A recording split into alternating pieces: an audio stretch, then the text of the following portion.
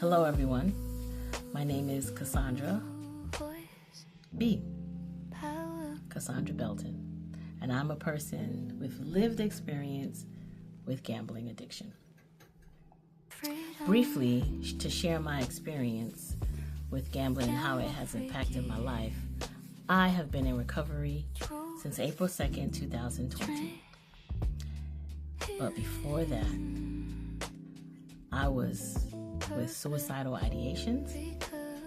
I was reckless.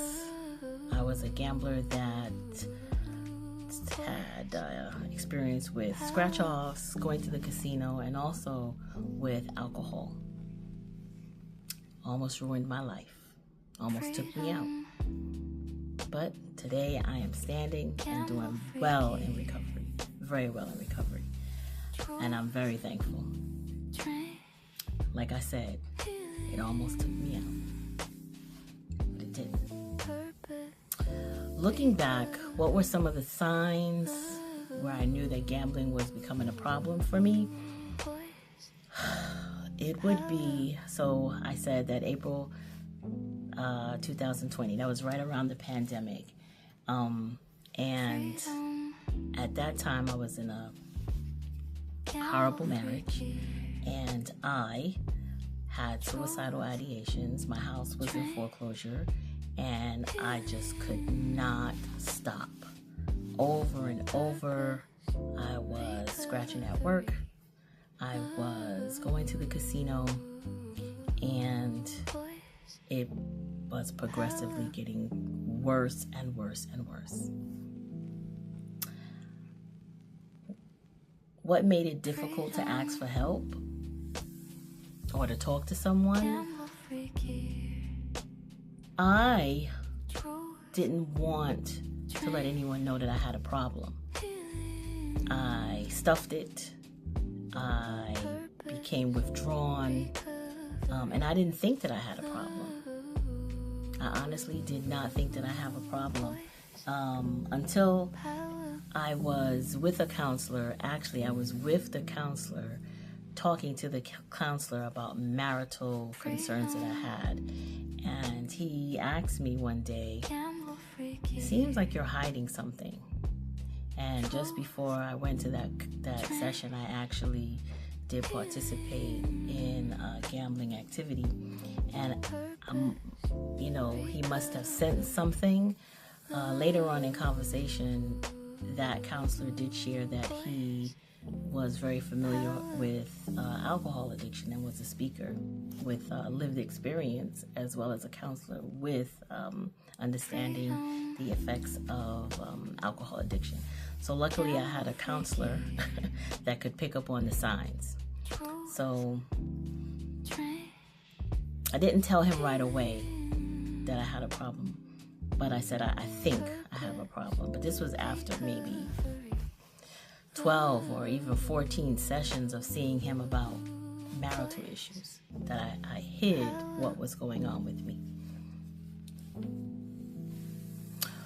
Was there a specific conversation or a moment that you realized that support was available? Was there I would say the time that I used a number on the back of one of my scratch-offs. For some reason, I got the idea. I knew that there was a resource when I looked at the back, and I always would look at the back. As a matter of fact, I kept a whole drawer full of the scratch-offs. And one day, call it intuition or divine help, but the idea came to me to call, and I called that number. But the night before, I do remember prayer. I do remember that I had prayed, and I prayed to God to give me help, align me, and use me. Help me to stop this. And since then, I have been on a magnificent road with recovery. And I remember I was in a desperate sense of wanting help, praying to God to give me help. And ever since then, it just rolled. It just rolled on. Have you been treated with dignity? Oh boy, question number 5. How did being treated with dignity and respect and without judgment affect my willingness to ask for help? It has affected my willingness. There were times where in the rooms I can remember, even when I was trying to understand from other people with addictions, that I wanted more. I was told to shut up. Even while I was in recovery. Be quiet. You don't know what you're talking about. Take the cotton out of your ears and put them in your mouth. Some old timers can be like that, which I find disrespectful. Disrespectful. There are some veteran people that are in recovery that often don't treat the newcomer well. That's in the rooms. When it comes to providers that have given me help, my family doctor, I have to often educate them about not to talk to me a certain type of a way, saying things like, I would never do that with my money. I have to often do correction on how I want to be treated, and don't speak to me that way. So without judgment, people are still judgy, and often people don't understand how to speak to people in recovery. So that's something that I am learning for myself to speak up on. In my opinion, why is outreach important for individuals who may be struggling? I think outreach is one of the best things that could happen. And let me tell you why. There wasn't necessarily that I can see in my area where there's significant outreach that could have helped me. Perhaps when I go to the festivals, there could be someone there giving out a brochure, some literature.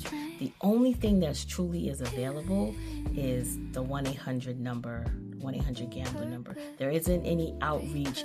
Outreach could be at a festival, a fair, a health fair, the doctor's office. I think tapping in at schools, libraries, all of those places where you can touch someone.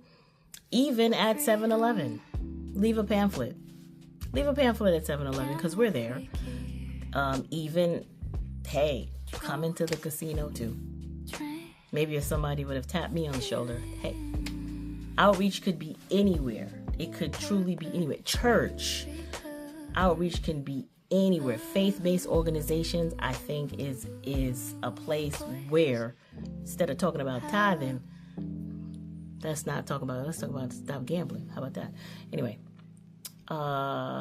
what would you say to outreach workers, prevention specialists, and community organizations about the importance of helping people where they are? You're gonna learn a lot. Do listing, asking permission for help, because often who we are think we know everything.